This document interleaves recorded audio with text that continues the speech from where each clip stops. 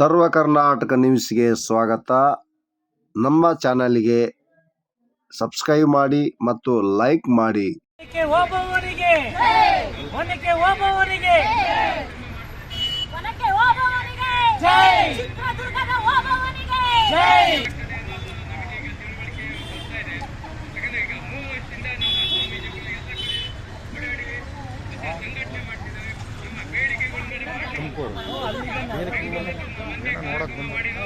ತುಮಕೂರಿಗೆ ಬಂದ